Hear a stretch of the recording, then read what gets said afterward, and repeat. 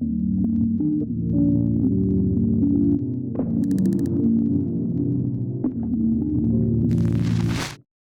are a very socially liberal pair, but we differ a bit on economics. Left and right-wing binaries of bureaucracy is bad or bureaucracy is good is actually kind of counterproductive. You've got a small village of people in Wellington. They think they can plan. How can they plan for that? Look out there.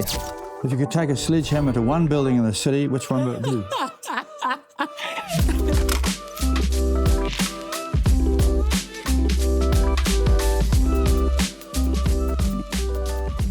Auckland, we're a third of the country, 40% of the GDP.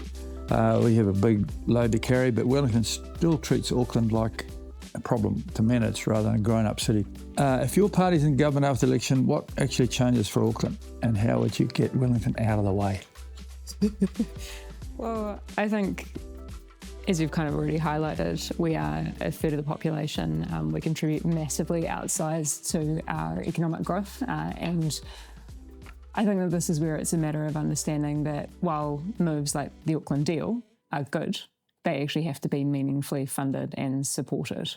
So this is where, there have been hints of some good things that have happened, the likes of the announcement around kind of GST back with regard to certain types of development. But paying rates. Yeah. Oh, for government Just buildings. paying rates. Just pay your rates.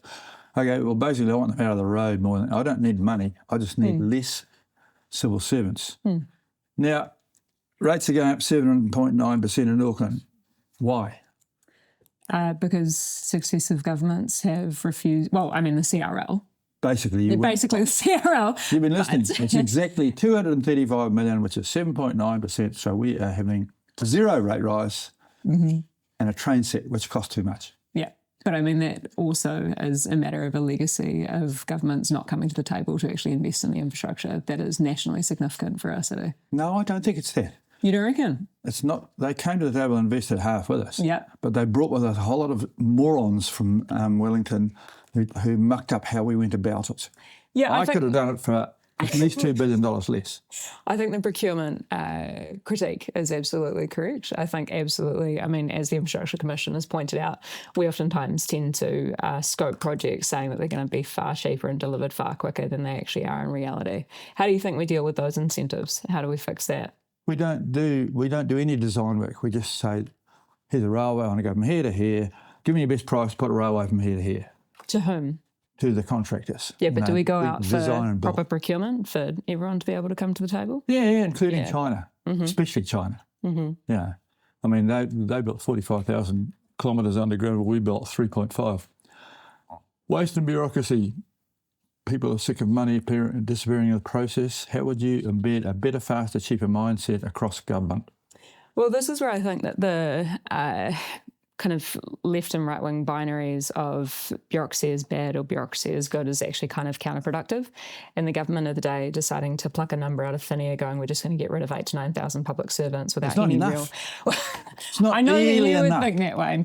50,000 should go, if we're but not necessarily go from their job.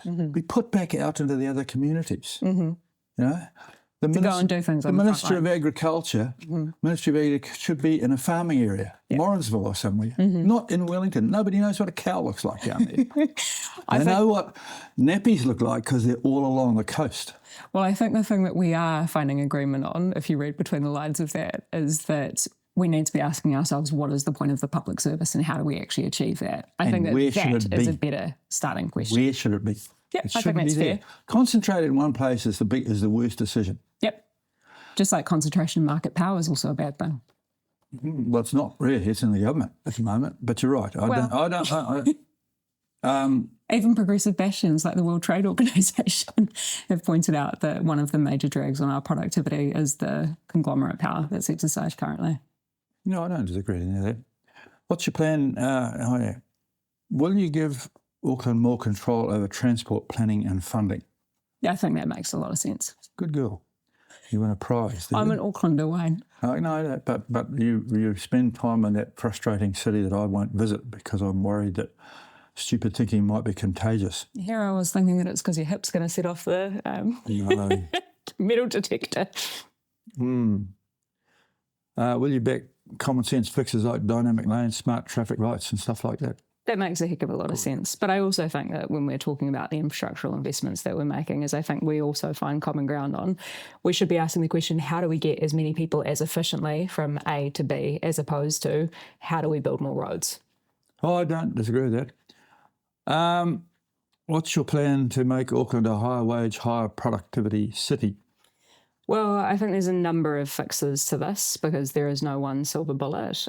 Very clearly, we've seen that just with this kind of laissez-faire approach of the last 40 years with successive governments taking their hand off the wheel and refusing to do industrial planning and policy, that while we have had economic growth, that has not been equally distributed, which is where there might be some differences in our political views, but also that we haven't seen meaningful high-wage job creation. So I think that there needs to be some actual planning about the kinds of jobs that we want to make. I don't want the government doing it. Well, I've taken over in Auckland and we now have the Tech Alliance. Yep.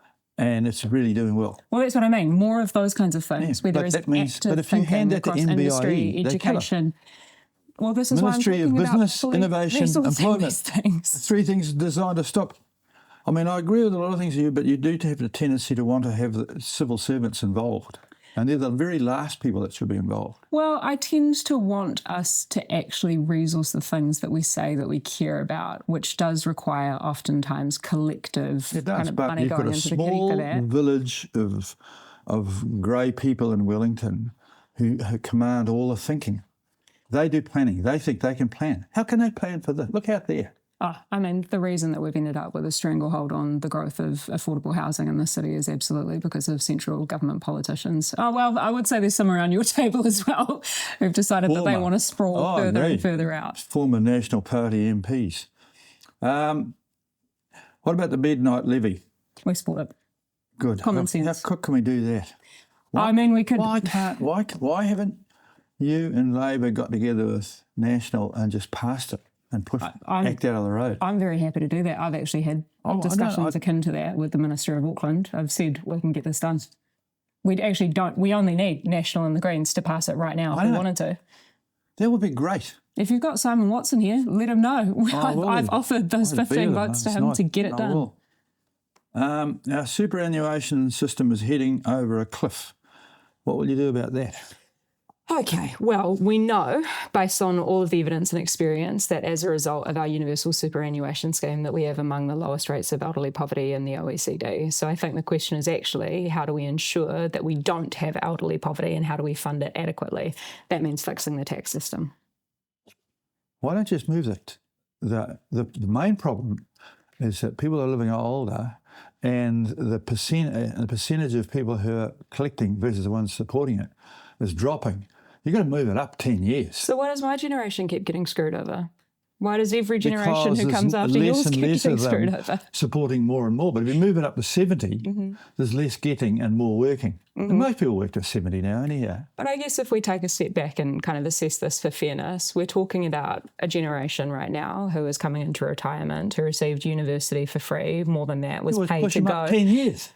Well, why not adequately tax the wealth that's accumulated at the top to ensure that everybody has a good life and access to opportunities? Because those of us who have accumulated wealth will just defeat you. There is no possible way that anyone in your party or in Wellington can outthink me. Not possible. I think you've said the quiet part out loud there, Wayne, which is that very wealthy people exert undue influence and power on our politics, and that's probably the reason that so many people are currently feeling so discontent. They just think better. I'm not an inheritor either. I would bring in death duties. Death duties. Once you're dead, it doesn't matter. Not live duties. Death duties. Okay. What's the one thing Aucklanders would notice within 3 years of you being in charge or having a strong influence? I think the key immediate thing, there's the practical stuff in terms of a midnight levy, which in turn would mean that we're able to get greater vibrancy. We also could do a heck of a lot to support our arts and culture and nightlife, joined up thinking there. With regard to transport, again, using the assets that we've already got far more efficiently, the likes of dynamic lanes and stuff, but also getting more buses on the road. And then I think with regard to the development that we'd start to see with far more affordable housing. But then there's also, the immediate stuff with regard to homelessness. The biggest prevention to affordable housing is our building rules. It's very hard to introduce something new like tri-board into the system as opposed to stick framing.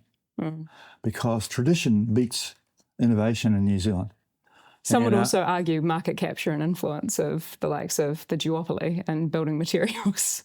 No, there isn't a duopoly. There are other entrants out there. But no, I think it's definitely the rules-based thing. Idiot organisations like MBIE, everyone in there should be just killed. I don't know about killed. Well, their influence should be killed.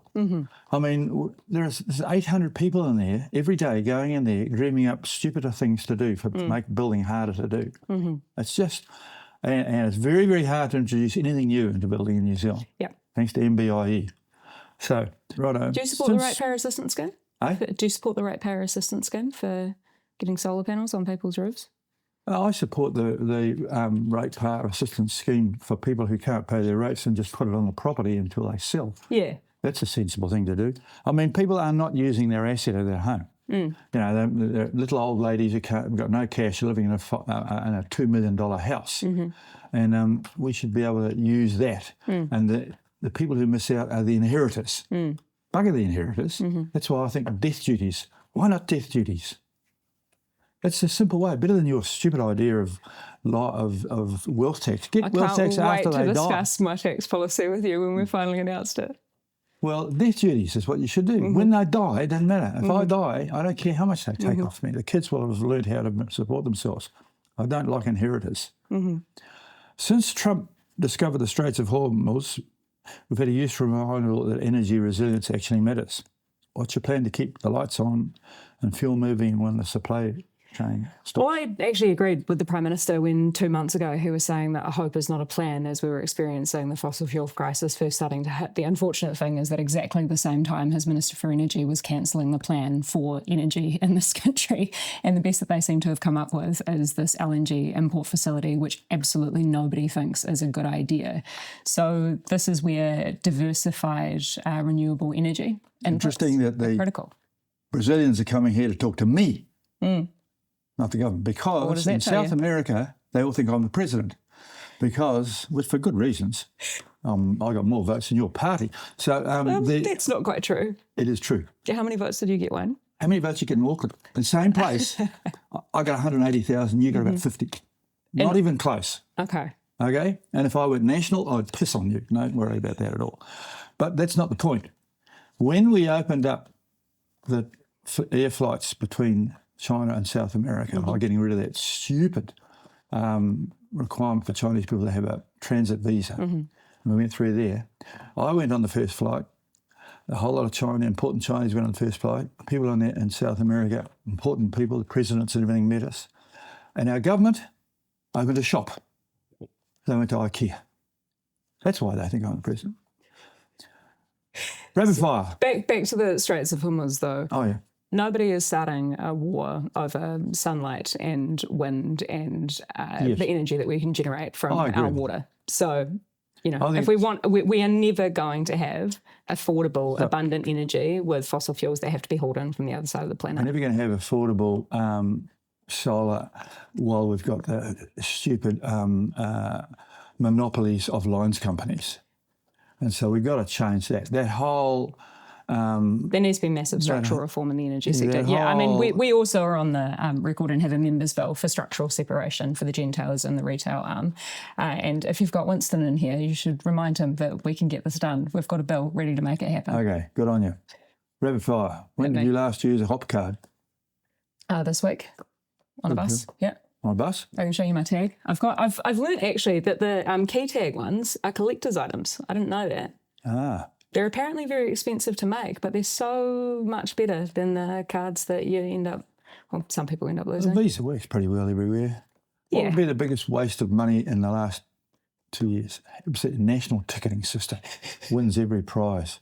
It's the INSIS of transport. Remember INSIS for the cops?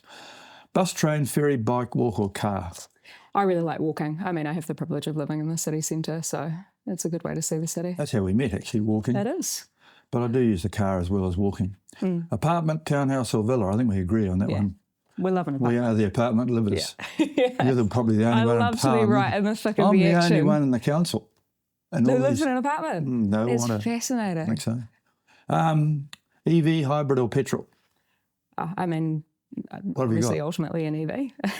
Yeah, I've got. I don't own a car, but Oh, you got a. I live in the city centre. I'm very lucky. I've got a I'm a BYD fan. I know. Very I've good. also been in your car. Yeah. Name an Auckland volcano that's not Rangitoto or Mount Eden. Mangawhata is mounted, isn't it? Yeah. Hey? Mount Wellington, look out the window. They're everywhere. Yeah, I know. Browns there's 50 Island. out of Okay. Oh, that's a sort of partial pass. One piece of Auckland infrastructure beside a stadium that makes you proud. What was the question? One piece. A piece of Auckland infrastructure, not a stadium, that makes you proud. I mean, when the CRL finally opens, Is it? it's going to be Oh, it's a magnificent. harbour bridge. It was really clever. Yeah. Brilliant. That's out the Tell us window. more. Doesn't need another one. No, I agree. They're really good. Well, not one there anyhow. If you could take a sledgehammer to one building in the city, which one would it be? Oh, metaphorically or literally? Are we talking about, do I have aesthetic issues with it or? Yeah, whatever you like. What's one that pissed you off you'd rather knock down? Having in the company of people who have knocked buildings down. As Wilton. I've built more than I've knocked down, but I have knocked down some. I know your views on heritage. I mean, honestly, it's actually probably just all of the land banking that's happening with all of the car parks around the city centre. I know that's not necessarily anything to knock down. I just want them to be bloody built. It's more the fact that we've got, this land banking that's happening and the capital gains that are happening on that land is happening by virtue of the investment that Aucklanders are making. Oh, well. So it's not We would have so much disagreed on knock that one it there, down, 'cause it's I'd have about had building it. I'd have had to St James. I know you would, but we're going to get it open and it's going to be awesome for the city, Wayne. What, in one word, Auckland's biggest problem? Central government politics. That's pretty good. In one word? good. Yeah. Wellington. Politics. Yeah. Wellington. Partisanship, actually. I'll say partisanship. No, I don't think politics. Some politicians are quite I good. mean, politics is everything. But I mean Wellington it's- is mine. I'm talking about... In one word, what our biggest opportunity, other than a Wellington earthquake? Creativity. That's our Creativity. people. Yeah. Really? No, Yeah. That's good. I think Aucklanders and New Zealanders are incredibly innovative. I mean, we've got a long history of suppose praising that our because number I at would wire said the, mentality. Hey? You're probably right, because I would have said that the Tech Alliance, Yeah. that's really going to generate some wealth. Anyhow, thank you for coming in. You're so Love to see you welcome, as Wayne. usual. Just for those people who don't know, we are both a very socially liberal pair, but we differ a bit on economics. As you may have seen. But we're surprisingly good friends. I hope people got to understand anything we said as we were talking over each other. We're not going to be any different for the other ones. That's true. I mean, this is me. This is true.